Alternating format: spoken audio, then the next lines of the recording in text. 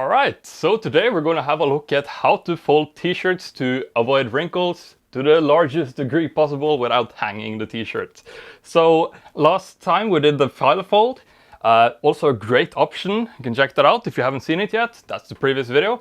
But now we're going to have a look at the roll. So this roll is great for your t-shirts that crease easily. It's also good for travel as it saves some space. It doesn't hold as well together as the Ranger roll that we looked at the other day, but great option for sure. And if you need step-by-step instructions for this, they are on in the article linked below. So yep, let's get started on the simple fold. So like with most of the other fold, we're going to start out by laying the t-shirt down flat with the front facing up. From here we are going to start by folding in the arms on both sides so that we create a nice and even rectangle. Doesn't have to be completely even, but just do your best. Okay, so next up we are going to split the t-shirt into either 3 parts or 4 parts. So if you split it into 4 parts here, you will get a longer and thinner roll. For t-shirts, I like to split it into 3 parts, get a slightly thicker roll and a shorter one as well. So since t-shirts are so thin, I think that's totally fine. But that's an alternative. So let's get started here by folding it in 1/3 of the way on one side over. Usually it lines up so that just covers the collar area. So you want to make sure that it's kind of even and doesn't really crease in the fabric here.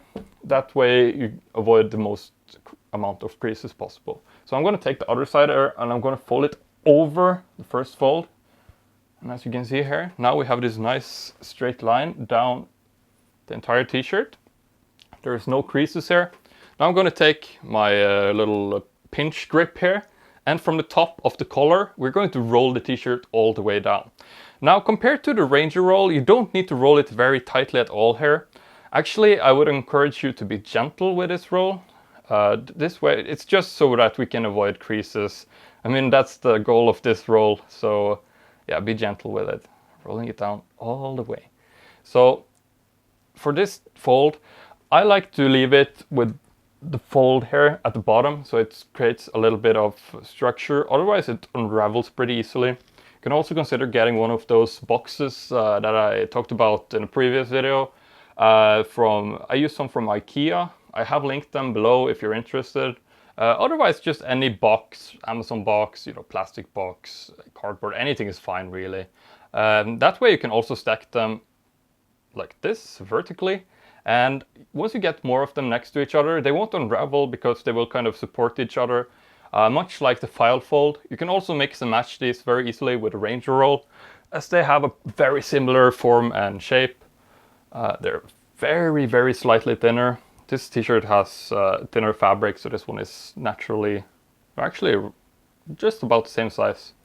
Yep, so that's it for the roll here. And again, if it's difficult to follow for you, there is step-by-steps in the article, so enjoy that. And I will be moving on to showing you how to fold polo shirts next.